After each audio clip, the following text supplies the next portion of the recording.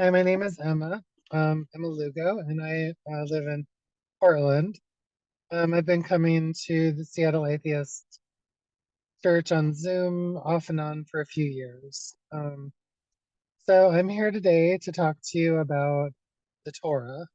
The Torah is the Jewish sacred text. And the reason that I'm giving this talk is because I am an atheist, but I'm also a Jew. And in my tradition, there's room for being both an atheist and being a Jew. So one doesn't automatically exclude the other, which is a little bit different, I think, from other religions. I think there's other religions where you really can't be an atheist and like be part of the religion. So I'm going to talk about our sacred text. It's the Torah, which is basically like the first five books of the Christian Bible, and kind of like how the Jews approach the Torah.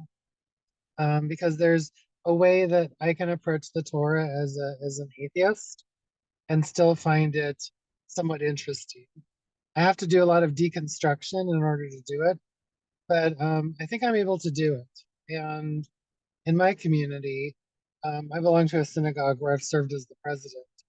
I'm actually able to take my atheist perspective back to my community and challenge people pretty regularly um, around the interpretation and meaning of texts. So I'm going to talk a little bit about this text today and what it means. So you may think you know what the Bible is. If you're an atheist and you're an American, chances are you've had some exposure to the Bible. You probably either, if you're an atheist, either you were raised as a Christian or something like Christian, and then you became an atheist, or else you were lucky enough to not be raised with any religion, in which case consider yourself very lucky to not be brainwashed and indoctrinated by any religion during your childhood. But if you did have the unfortunate experience being brainwashed or indoctrinated by traditional religion, whether it was atheism, whether it was Judaism, Christianity, Islam, or some other religion, I'm sorry for you, but I'm glad you're here. So I'm going to talk to you about Judaism today and about the Torah. The Torah is the first five books of the Christian Bible, and it's also known in Jewish tradition as the Tanakh. And but before I get into this, I just want to say one thing. I was listening a minute ago when everybody was talking about the trees and about gardening and things that they're thankful for. And I just want to say that in Judaism, we have four New Years. And one of the New Years is the New Year of Trees. It's called Tish B'Av, and it's celebrated every year in spring. And it's a way of kind of celebrating and acknowledging the trees and how the trees like give us food and give us new life every year. So it's a nice little celebration. We usually get together and just have a simple dinner, and usually we put some like sprigs of wood or something on the table while we're having dinner to kind of acknowledge the trees. So it's a nice thing to do, and right now is a good time to really kind of be joyful about spring because spring is here. So, anyways, the Torah, it's the first five books of the Christian Bible, but it's a different. It's not the same as the Christian. It's not the same as the Christian Bible. It's very different. The way that we approach the text is very different. So, first of all, a Torah in traditional Jewish experience, a Torah is usually something that's written on a scroll. It's usually a scroll that's made of parchment. It might be made of animal hide, and it's individual sheets of Hebrew. Each sheet is a page. Everything that's in Jewish tradition and the Jewish Torah is written in Hebrew. And so it's written from right to left, as opposed to English, which goes from left to right. And the Torah itself also goes from right to left. And it's written without any like lines or breaks or numbers. It's just a straight text. In traditional biblical Hebrew, there isn't any. There aren't any vowels either. So there's an older form of Hebrew that existed around the time of the Levant. And when that kind of Hebrew was written, they hadn't invented vowels for the language. So everything is consonants. And so a word might have like 50 different meanings, and you just kind of had to know what the meaning was. And that's important. It'll get important later if I get to it, for kind of understanding how Jews approach the text of the Tanakh. So the Tanakh is 5 books. It's Bereshit, Genesis, Shemot, Leviticus, or no, sorry, Shemot, Exodus, and then Vaycha, which is Leviticus, Numbers, I can't remember the Hebrew name for Numbers, and Devarim, which is Deuteronomy. So those are the 5 books. And it kind of follows like, so the very first book is like the book kind of about Bereshit, beginnings. That's like where most of the like, if you were raised Christian and you got the Bible stories, like all the weird Bible stories, like where Noah's naked and his children have to cover him, and stuff about um, Abraham, Isaac, Jacob, like the story with Jacob tricking his father by wearing a hairy goat skin on his arm, so his father thinks he's his brother Esau. It's those stories. So it's the Bereshit is like the first book of the Torah. It's basically like a lot of it is stories about family, and from a Jewish perspective, it's kind of like trying to understand um, what the mythology of Jewish experience was before you get to the Moses story. So, like the so you have to understand. So, from my perspective as an atheist, the way that I approach the Torah is I approach it in a couple of different ways. I approach it culturally, so I understand that it has a lot of cultural meaning to Jews. But for me as an atheist, I'm really interested in it from the perspective of like biblical criticism, and also from a scholastic perspective. So I tend to read religious studies scholars. A lot of them are atheists. Some of them are mythicists, but a lot of them are just atheists who happen to teach in religious studies departments, and they write. There's a lot of books that I've read that kind of go into the origins of the Torah. So I guess I'm going to actually start. I just given you what the first 5 books are. I'm going to kind of take a step back for a minute, though, and talk about the development of the Torah as a text, because I think that's actually a good place to get a kind of a big picture view. So when you look at the Torah as it was written in the Levant, kind of at the tail end of the Bronze Age. So I mean, if you were raised Christian or religious, you might have been told, oh, the Bible was first told as stories for 1,000 years, and then somebody wrote it down.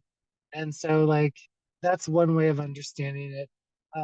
I think there's some truth to that, that there's a lot of different stories that circulated around the Levant, around the Middle East, in like the first millennium BCE, which is like from 0 to 1,000 BCE. When you look at the development of the Torah, though, it's very textually, it's very related to, it's very much tied into the Babylonian culture, which preceded it, and also the Assyrian culture and the Akkadian cultures.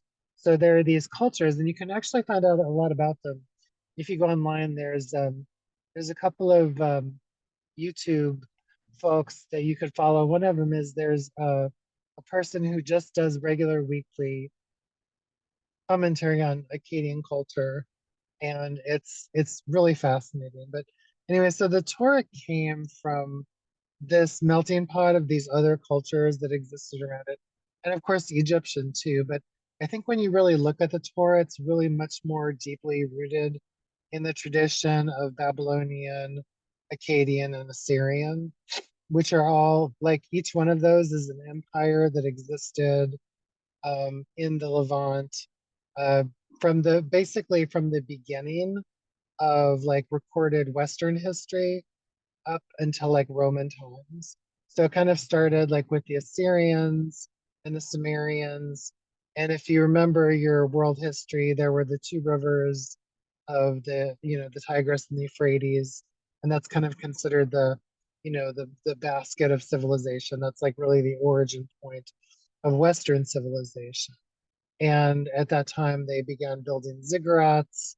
And out of that, the first city states kind of emerged in the Levant. And very quickly after that, you had the Assyrian Empire. And then you also had the Akkadian Empire. Those both rose and fell. You had the development of cuneiform. Cuneiform was like the first written text. And then pretty soon on the tails of that, you had the Babylonian culture.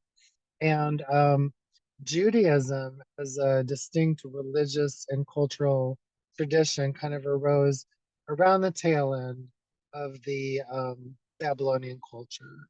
So, according to its own mythology, Judaism, if you follow the mythology of Judaism and the mythology of the Torah, the way that Jews themselves believe their story is they believe that Abraham is their patriarch, and Jews believe that the divine God like talked to Abraham, and then Abraham had a child, Isaac, and then Isaac had a child, Jacob, and Jacob uh, had Joseph, and then Joseph uh, was the king of Egypt or no, he was the prince of Egypt for a while, and then 400 years later, all the Jews were slaves in Egypt.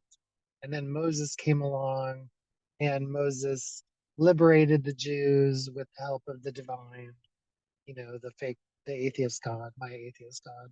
Anyways, and then they wandered around in the desert for 40 years. And then at the end of wandering around in the desert, then they ended up in Israel. And now you have Palestinian, uh, concentration camps where people are starving to death as a result of this religion. So, anyways, that's a brief story of the history of the Torah. If you understand it from the way that it's told in the Tanakh, but the way that I really understand it is that there was this culture at the time about 500 years before zero, so like 2,500 years ago, and they were called Canaanites. And Canaanites existed in this area called the Levant, which was kind of like along the boundary of the Mediterranean Ocean. And it was the Canaanites lived in between different empires. So they lived in between the Hittite Empire and what was at the time kind of the decaying, falling apart Egyptian Empire, because Egypt plays a big role in the Tanakh and in Jewish culture. And so they're kind of in between the Hittites, the Babylonians, the Egyptians, and these people called the Canaanites, which were basically just kind of like a small middle kingdom. These are the people that the Jews really came out of. The Jews really, a Jewish tradition really emerged out of Canaanite culture. And I mean, it's at least my own understanding. This is really what I think is I think that the Jewish Torah was probably redacted and compiled around the third or fourth century BC. That's what a lot of mythicists believe. It also kind of falls in line with an understanding of how texts were being compiled. And I really think that like from my own, this is just what I have picked up from following different kind of mythicists, reading some current literature on the development of the Torah. There's kind of like two theories about when the Torah was written, and I really follow the second theory. The first theory about when the Torah was written was that it was written around 587 BCE. So, according to the mythology of Jewish tradition at that time, there was like a kingdom, there was a Jewish kingdom, and the Babylonians came and they conquered it. And the Babylonians took all of the elites of the Jewish culture into captivity. They brought them back to Babylon, which is actually what the Babylonians did do. The Babylonians were a culture that what they did was they went around, they conquered all of the adjacent cultures around them. They would take their elites and they would take all of their religious, cultural, historical artifacts. They would bring them back to Babylon, and they created like this entire empire that was based on kind of a curating of all of the religious traditions around. So one theory is that the Torah was written in response to being captured by the Babylonians and demanding a religious text from this kingdom. Uh, so that's one theory. But the other theory is that there wasn't really a distinct, there was probably like a political state. We know there was a political state of Israel. There was the kingdom of Israel. We know that it existed by at least the third century BCE, although we don't have a lot of evidence of what existed before maybe the fourth century BCE. But the second theory is that actually the Library of Alexandria, which was created by Alexander the Great, was this really unique kind of place where all of these different cultures were coming together. And there were the Jews of Alexandria who lived in Alexandria around the fourth century BC. And they saw that these other cultures around them were kind of putting together some of their origin stories. And there was this huge blossoming of literacy that happened because papyrus was beginning to be widely disseminated in the ancient Near East. And so there was this flourishing of literacy, and literacy was becoming, I mean, it still was very rare and elite, but it was becoming much more common than it had been before about the fourth century. And so there was a lot of papyrus floating around. There were a lot of stories floating around. But most of all, there was this library at Alexandria, and this was like the first place where a modern idea of scholarship was really being practiced, where academic disciplines were kind of being invented, and people were beginning to do a serious inquiry and study into how different cultures and different kinds of things evolved around them at the time. And so but my own personal thought is that the library at Alexandria played a huge role in motivating the Jews of Alexandria to begin redacting and compiling some of their origin scripts, because there were a lot of stories that were floating around by the third or fourth century about where did the Jews come from, how did they get their stories. And I think that there was probably a few really interesting like writers who basically put together the text. I mean, because when you look at the text of the Jewish text, it has like it has about four different strains in it, and they come from different sources. And there's just kind of this idea, I think, that it was kind of compiled. Like a lot of modern biblical scholars think that the first book of the Bible, the Torah, Bereshit, Genesis, was actually the last book added on, and that the Moses story was probably like the main narrative of the Torah. I mean, it was the Moses story is like it's kind of like it's a little bit like an Epic of I mean, it's not as good as Epic of Gilgamesh, but I mean, it's related. And there's actually a lot of related stories you can find in the Torah that have a direct connection to the Epic of Gilgamesh. I mean, you can see so many overlaps in different kinds of narratives in the Torah. So that's some ideas about where the origins of the Torah were. Now, for me as an atheist, part of why I find this interesting is because I just think, well, how did this text get compiled? Like this text that has been misused and abused and manipulated and turned into this nightmare for humanity. Like humanity's inherited this text that came from the Bronze Age and reflected a Bronze Age understanding of the world that has been copied and distributed and replicated all around the world, and has caused so much suffering and has like ruined so many people's lives. Like, where did this text come from and how did it develop, and is there anything good in it? I mean, I think there are some good things in it, but you really have to dig through it. You have to kind of sift through it to find some good stuff. I mean, why would you want to do that as an atheist? Why would I want to do that as an atheist? I guess for me, I do it because it's part of my tradition. And I also think it's really interesting. I mean, I think, why do these people believe in something that, like, even back then, it didn't exist? Like, none of these things existed. There was never any God that ever talked to anyone. There was never any God that talked to Moses or that appeared in a column of fire to lead the Israelites by day, and I mean, whatever. Like none of these things happened, and yet people have this deep-seated need to believe that these things are true. And so for me, it's a profound mystery. It's very mysterious and kind of interesting to think, like, why are people so interested in believing things that aren't really true? What are the things in the text that are leading them to be kind of deluded and misled? And what are some of the things in the text that maybe there's some reason that they believe those things, even if they're not really true?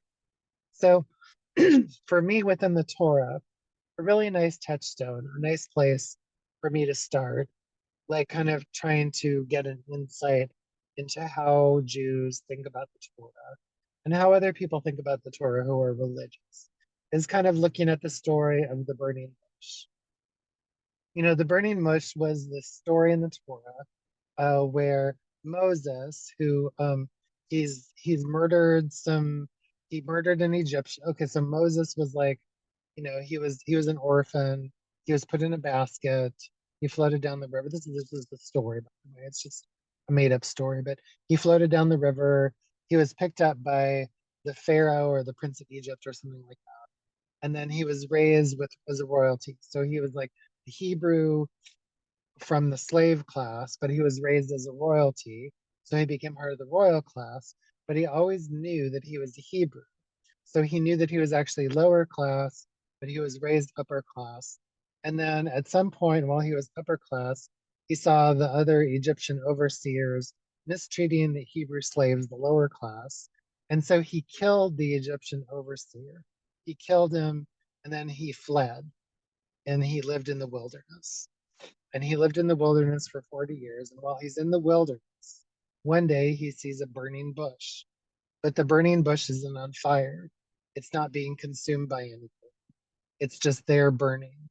And that's where Moses has his moment of, his moment of awareness. And this is like kind of foundational to the story in the text that keeps the text going for the rest of Exodus.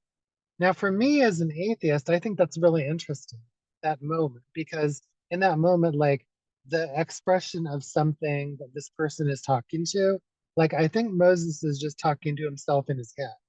It's like he's out in the desert, he's all by himself, and it's just like he's just hearing his head, he's just hearing voices in his head. Now, there's a really good book. It's called The Evolution of Consciousness and the Breakdown of the Bicameral, or the evolution.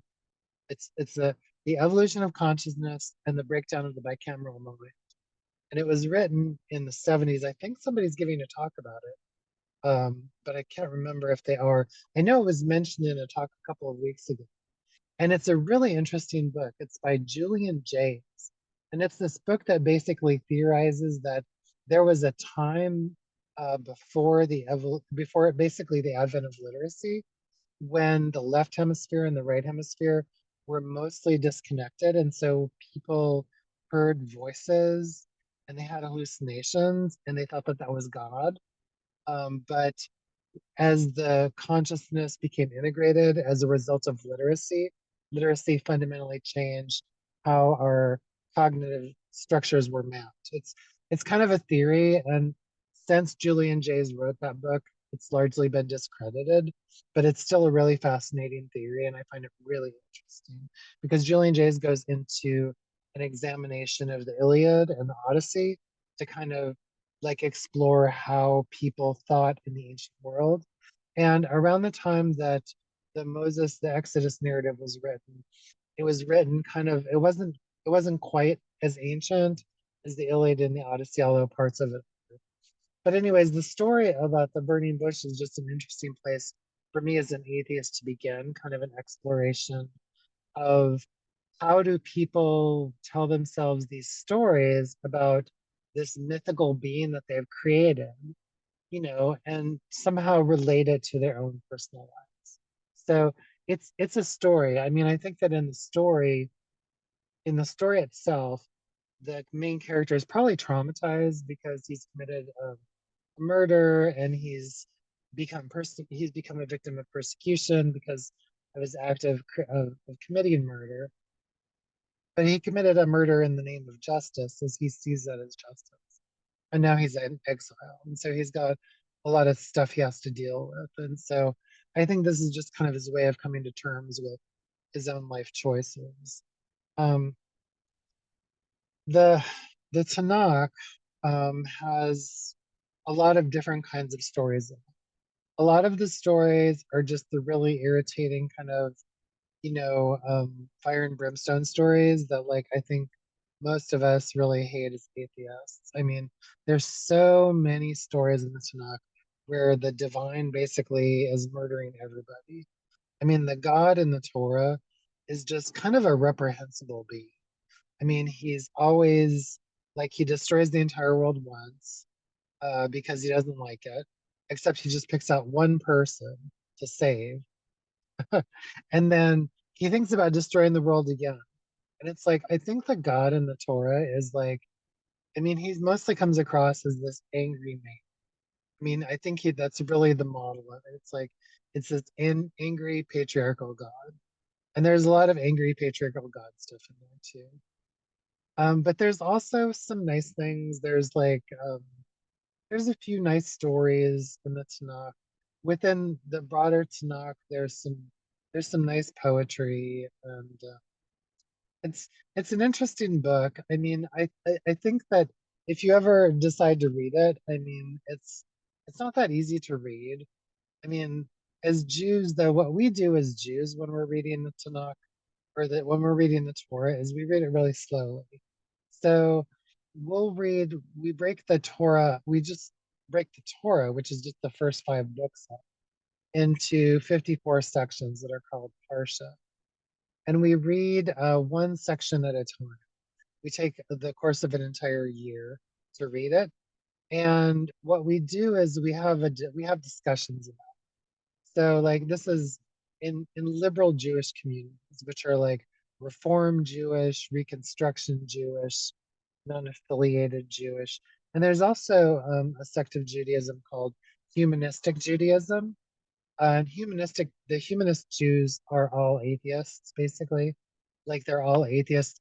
They actually have their own um, ordination, so you can become a humanistic Jewish rabbi. And there's a school that you can go to kind of study humanistic Jewish tradition. It's based in Chicago. You can become a humanist rabbi. So there's a couple of atheist rabbis. I think there was a pretty famous one recently at one of the Eastern colleges who got a little bit of fame for being an atheist chaplain. But anyways, so what we do, the way we read the Torah is we just read it like one small section at a time, and we read it together as a community. Usually we read it with a rabbi or we read it with somebody who kind of understands a little bit about Jewish tradition. Oh, I didn't even mention the Talmud yet. So the Talmud is this it's about 40 volumes of books that were written by rabbis of the Middle Ages. So starting around the 8th or 9th century AD through about the 15th century AD, there were these schools called yeshivas. And this is where Jews sent their sons, usually, who wanted to study Torah. And they would go to yeshiva and they would study Torah, and then over time they began to write books about the Torah.